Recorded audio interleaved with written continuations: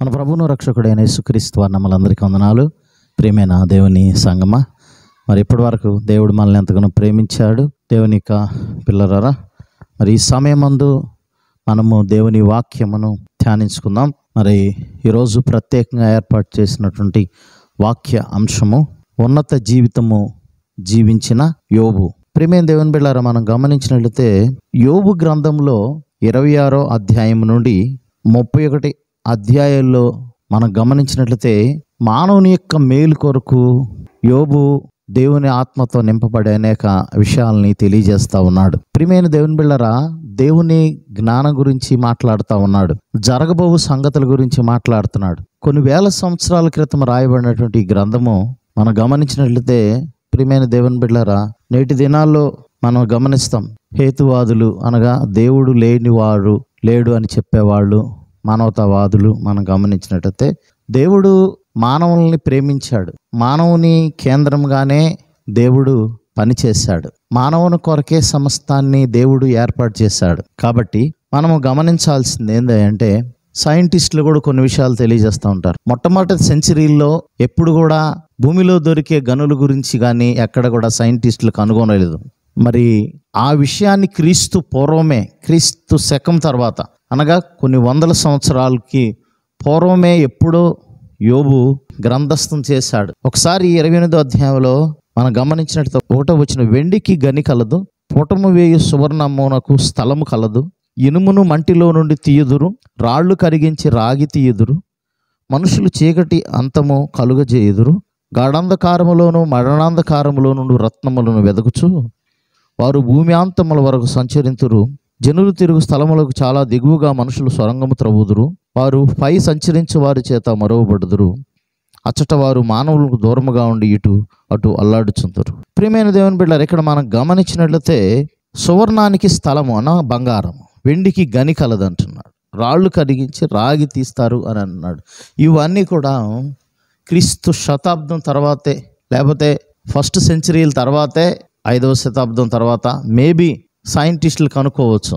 కానీ ముందు ఎప్పుడో కొన్ని క్రీస్తు పూర్వమే యోబు అనే భక్తుడు వీటిని తెలియజేశాడు, దేవుడు తనకిచ్చిన జ్ఞానాన్ని బట్టి. అనగా బైబిల్ స్పష్టంగా సైన్స్ ఏదైతే చెప్పలేదో ముందుగానే చెప్పింది బైబిల్. ఖగోళ శాస్త్రం గురించి చెప్పింది, భూగర్భ శాస్త్రం గురించి చెప్పింది, మానవ శాస్త్రం గురించి చెప్పింది, మానవుని యొక్క ఎదుగుదల లేకపోతే మానవుని విధానం, మానవుని గుణగణ లక్షణాలు, ఇవన్నీ కూడా తెలియజేస్తా వచ్చింది బైబిల్. ప్రియమైన దేవుని బిడ్డలారా, కాబట్టి గమనించాలి, ఆ రోజుల్లో ఉన్నతమైన జీవితం జీవించాడు యోబు.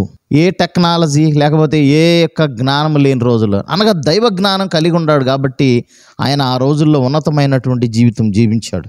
ఆ రోజుల్లోనే తనకు కలిగిన సిరి సంపదలు కావచ్చు, తనకు కలిగినటువంటి పిల్లలు కావచ్చు, లేకపోతే ఆయన కలిగిన వేల పశువులు, మరి అవన్నీ కూడా నశించిపోయిన చాలా నెమ్మదిగా బ్రతికాడు యోబు. అది ఉన్నతమైన జీవితం. ప్రియమైన దేవుని బిడ్డలారా, మనము ఏదైనా కోల్పోయామనుకో చాలా సింపుల్గా మన మైండ్ పాడు చేసుకుంటాం, చిరాకు పడతాం. కానీ యోబు అట్లా చేయలేదు, సమస్తాన్ని కోల్పోయాడు. యోబును దేవుడు పరీక్షించాడు, కానీ పరీక్షకి నిలబడ్డాడు. ప్రియమైన దేవుని బిడ్డలారా, యోబు అంటాడు, యెహోవా ఇచ్చెను యెహోవా తీసుకుని యెహోవా నామమునకు స్తుతి కలుగునుగాక అంటాడు.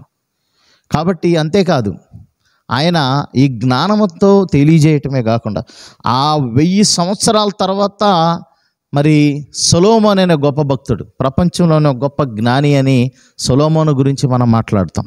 ఆయన సామెతల గ్రంథంలో తెలియజేస్తూ ఉన్నాడు, యెహోవా యందు భయభక్తులే జ్ఞానమనియు దుష్టత్వము విడుచుటయు వివేకమనియు 28వ అధ్యాయం 28వ వచనంలో సామెతల గ్రంథం తెలియజేస్తూ ఉన్నాడు. యెహోవా యందు భయభక్తులు కలిగి ఉంటే జ్ఞానం మూలం అన్నాడు. కాబట్టి మరి మనం చూస్తాం, తర్వాత ఫస్ట్ సెంచరీలో వస్తాం, యేసు ప్రభువారు మరి ఇక ఆయన మించిన జ్ఞానవంతుడు ఎవరు కూడా లేరు. జ్ఞానమునకు మూల ఆధారం ఆయనే. 2000 సంవత్సరాల క్రితం ఆయన, అనగా 2023 సంవత్సరాలు అప్పుడు ఈ భూమి మీదకి వచ్చి ఉండవచ్చు ఫస్ట్ సెంచరీలో. కానీ ఈ భూమికి పునాదులు వేసినప్పుడే ఆ పునాదులకి మొట్టమొదటి శిల్పకారుడిగా యేసు ప్రభువారు ఉన్నాడు. ఇంకా ఆయన గొప్ప జ్ఞాని. కాబట్టి మనం గమనించాలి, ప్రియమైన దేవుని బిడ్డలారా, వారిని విశ్వసించి వారి యందు విశ్వాసం ఉంచిన ఇక యోబు దేవుని యందు భయభక్తులు కలిగి ఉన్నాడు. అంతేకాదు, ఆయన 29వ అధ్యాయంలో మనం గమనించినట్లయితే ప్రియమైనటువంటి దేవుని బిడ్డలారా, అక్కడ మరి బీదలకు కానీ, దిక్కులేని వారికి, విధవరాండ్రకి, గుడ్డివారికి, కుంటివారికి, బలహీనులుగా ఉన్నవారికి ఆయన బలముగా ఉన్నట్లు మనం చూస్తాం. 29వ అధ్యాయంలో అక్కడ తెలియచేయబడతా ఉంది. ప్రియమైన దేవుని బిడ్డలారా, చూడండి 12వ వచనం, ఏలయనగా మొరపెట్టిన దీనులను, తండ్రి లేని వారిని, సహాయం లేని వారిని నేను విడిపించి తిని అంటున్నాడు. చూడండి, అప్పుడే ఆయన ఒక గొప్ప సహాయము చేశాడు. చూడండి ప్రియమైన దేవుని బిడ్డలారా, ఆయన చాలా 15వ వచనం మనం 14, నేను నీతిని వస్త్రముగా ధరించుకుని ఉంటిని గనుక అది నన్ను ధరించెను, న్యాయ ప్రవర్తన నాకు వస్త్రముగాను పాగాయు ఆయను అంటున్నాడు. చూడండి, నీతిని వస్త్రముగా ధరించుకున్నాడు ఆయన. ఆ రోజుల్లోని, క్రీస్తు పూర్వం రోజుల్లోనే అంత భక్తి కలిగి ఉన్నాడు. చూడండి ప్రియమైన దేవుని, న్యాయ ప్రవర్తన నాకు వస్త్రం అంటున్నాడు. 15వ వచనములు, గుడ్డివారికి నేను కన్నులనైతిని, కుంటివారికి పాదములైతిని, దరిద్రులకు తండ్రిగా ఉంటిని. చూడండి ప్రియమైన దేవుని బిడ్డలారా, యోబు యొక్క ఉన్నతమైనటువంటి ఆలోచనలు మనం గమనించాలి. నిజంగానే ఆయన క్రీస్తు పూర్వం ఆ దినాల్లో, ఆ సమయాల్లో జరిగినప్పుడే మనము ఆయన గొప్ప జ్ఞానిగా ఉన్నాడు, జరిగిన విషయాలు తెలియజేస్తూ ఉన్నాడు. అంతేకాదు ఆయనలో సోషల్ జస్టిస్ అంటాం కదా, అప్పుడే సోషల్ జస్టిస్, ఆయన మరి సామాజిక న్యాయం తీర్చాడు. గొప్ప ధనవంతుడు ఆయన. మరి మనం నేటి ధనికుల్లో మనం చూస్తాం, ఆ ధనికులు ఎంతమందికి సామాజిక న్యాయం చేస్తున్నారు నేటి దినాల్లో. ప్రియమైన దేవుని బిడ్డలారా, సామాజిక న్యాయం లేదు నేటి దినాల్లో మనం చూస్తాం. చూడండి, ధనికులు ఇంకా ధనికుడు అవుతున్నాడు, వేల కొలది, లక్షల కొలది, కోట్ల కొలది, ఇంకా ఇంకా ఇంకా ఎదుగుతూ ఉన్నాడు. కానీ స్వార్థం ఎక్కువైపోతుంది. స్వార్థం ఎందుకు ఎక్కువ అవుతుందంటే మనిషిలో దేవుడు లేడు, దైవ సమానత్వం లేదు. దేవుడు సమానత్వాన్ని ప్రేమించేవాడు, కానీ ఎవడైతే సమానత్వాన్ని ప్రేమించడో వాడు దేవుని ఎరిగినవాడు కాడు. కాబట్టి గమనించండి ప్రియమైన దేవుని బిడ్డలారా, మనము ప్రతి దాంట్లో సమానత్వం అని మనం మరి పెద్ద పెద్ద ప్రసంగాలు చేస్తూ ఉంటాం. సమానత్వం, ఆర్థిక సమానత్వం లేదు, మరి మనుషుల్లో సమానత్వం లేదు, అనేక రకాలైనటువంటి భేదాలు మనము కలిగి ఉన్నాం. కానీ దేవుడు కలిగినటువంటి యోబు సామాజిక న్యాయం కలిగి ఉన్నాడు. కాబట్టి ఉన్నతమైన జీవితం జీవించాడు యోబు అని మనం గమనించవచ్చు. అంతేకాదు ప్రియమైన దేవుని బిడ్డలారా, తన పరిశుద్ధ జీవితం విషయంలో కూడా కాంప్రమైజ్ కాల యోబు. 31వ అధ్యాయంలో మనం గమనించినట్లయితే ఆయన నీతి విషయంలో తెలియజేస్తూ ఉన్నాడు. స్త్రీలను నేను మోహపు చూపుతో చూడనని మరి భక్తుడు తెలియజేస్తూ ఉన్నాడు. ప్రియమైన దేవుని బిడ్డలారా, యోబు అప్పుడే తన యొక్క అనగా సెల్ఫ్ కంట్రోల్ అంటాం కదా, ఆశా నిగ్రహము, అప్పుడే ఆయన ఆ నీతిగా బ్రతికినట్లు మనం చూస్తాం. 31వ అధ్యాయం 1వ వచనం, నేను నా కన్నులతో నిబంధన చేసుకుంటుని, కన్నికను నేను ఎలాగూ చూచుదును అంటున్నాడు. చూడండి ప్రియమైన దేవుని బిడ్డలారా, అంతేకాదు తనకు తాను తీర్పు తీర్చుకుంటున్నాడు. 10వ వచనం మనం గమనించినట్లయితే, నా భార్య వేరొకని తిరుగలి విసురునుగాక, ఇతరులు ఆమెను కూడుదురుగాక అన్నాడు. అంటే 9వ వచనంలో ఉంటుంది, నేను హృదయమున పరస్త్రీని మోహించిన ఎడల నా పొరుగువాని ద్వారా నేను పొంచి ఉన్న ఎడల అంటున్నాడు. అంటే నేను పరస్త్రీని నేను మోహిస్తే మరి నా స్త్రీ సంగతి ఏంటి, వేరే వాడు వచ్చి నా తిరగలి విసురుతాడని అంటున్నాడు. అంటే అప్పుడే ఎంత నీతి కలిగి ఉన్నాడో భక్తుడైనటువంటి యోబు. కాబట్టి ఉన్నత జీవితము జీవించాడు యోబు. కాబట్టి ప్రియమైన దేవుని బిడ్డలారా, అంతేకాదు యోబులో గొప్ప పరివర్తన మనం చూస్తాం. ఆయన అంతేకాదండి, తర్వాత తన స్నేహితులు వచ్చి మరి తను పతనమైన స్థితిని బట్టి వాళ్ళు హేళన చేస్తమే కాకుండా ఆయన్ని తగ్గించి మాట్లాడినప్పుడు దేవుడు కోప్పడి వారి మీద దేవుని ఉగ్రత వచ్చే పరిస్థితిలో యోబు తన స్నేహితుల గురించి ప్రార్థన చేస్తాడు. ఆయనలో ఉన్నటువంటి ఆ దయాదృష్టి, దీనత్వం చూడండి. అనగా తను నిందించిన వారినే ప్రేమించాడు, తను ఎవరైతే ఎగతాళి చేస్తున్నారో వారి గురించి ప్రార్థన చేశాడు. యోబులో ఉన్నటువంటి ఉన్నతమైన గొప్ప లక్షణాలను మనం గమనించాలి. కాబట్టి నిజంగా ఉన్నతమైన వాడే. ఈ లోకంలో ఎవడైనా ఉన్నతమైన వాడు అంటే ఏంటి? జ్ఞానం కలిగి ఉండాలి, దేవుని జ్ఞానం. అంతేకాదు సామాజిక న్యాయం చేయాలి. అంతేకాదు ప్రియమైన దేవుని బిడ్డలారా, తాను పరిశుద్ధపరచుకోవాలి. అంతేకాదు ఇతరులకి సహాయం చేయాలి, సహాయకారిగా ఉండాలి.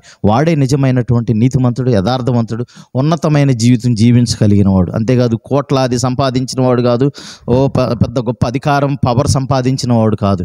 పవర్ ఉండగానే దాన్ని వినియోగించుకోవాలి ప్రజల కొరకు, లేకపోతే డబ్బు ఉండగానే డబ్బును ప్రజల కొరకు వినియోగించుకోవాలి. వాడే ఉన్నతమైన వాడు కుమారుడిగా ఈ భూమి మీద ఉంటాడు. అంతేకాదు పరలోకంలో కూడా గొప్ప క్రియలు కలిగి దేవుని సింహాసనంతో పాటు కూడా తను కూడా కూర్చుండి మరి దేవుని సన్నిధిలో ఉంటాడు, దేవుని రాజ్యంలో గొప్ప స్థానం పొందుకుంటాడు. కాబట్టి ప్రియమైన దేవుని బిడ్డలారా, యోబు జీవించిన జీవితం ఆ విషయాలలో నుండి మనం కూడా గ్రహించి మనం కూడా ఉన్నతమైన జీవితం జీవించడానికి ప్రయత్నం చేద్దాం. తద్వారా అనేక మందికి మాదిరికరంగా ఉందాం. దేవుడి పరిశుద్ధ వాక్యం దీవించును గాక.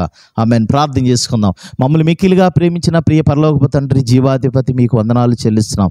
మా జీవితంలో మీరు ఎన్నో గొప్ప కార్యములు చేసినారు. మీరు చేసిన ఎన్నో గొప్ప కార్యాలను బట్టి, అద్భుత ఆశ్చర్య కార్యాలను బట్టి మీకు వందనాలు చెల్లిస్తున్నాం. ప్రభా, యోబు ఉన్నతమైన జీవితం జీవించినట్లు బైబిల్ తెలియజేస్తూ ఉంది. గొప్ప జ్ఞానం కలిగి ఉన్నాడు, అనేక మందిని ఆదరించాడు ప్రభువా. మరి అంతేకాదు పవిత్రమైన జీవితాన్ని కలిగి ఉన్నాడు. సమస్తాన్ని కోల్పోయినప్పటికీ ప్రభా ధైర్యంగా నిలబడ్డాడు ప్రభువా. అది ఉన్నతమైన వ్యక్తికి కలిగి ఉండే లక్షణాలు. అంతేకాదు ప్రభా అనేక మందికి సహాయం చేసి సామాజిక న్యాయాన్ని తీర్చిన వాడుగా ఉన్నాడు. అలాంటి జీవితాలను మాకును ప్రసాదించమని యేసు పరిశుద్ధనామం అడిగి వేడుకుని ప్రార్థన చేస్తున్నాం తండ్రి. ఆమేన్. మన తండ్రి అయిన దేవుని ప్రేమ, ప్రభైన యేసుక్రీస్తు వారి కృప, పరిశుద్ధాత్మని సహవాసకు చేరుమానుకును సకల పరిశుద్ధులకును ఎల్లప్పుడూ తోడే నడిపించునుగాక. ఆమేన్. అందరికీ వందనాలు. ప్రియమైన దేవుని బిడ్డలారా, మరీ కొద్ది కాలాన్ని కలుసుకుందాం. మనం అందరం దేవుడి మీ అందరం దీవించి ఆశీర్వదించి బలపరచునుగాక. God bless you all.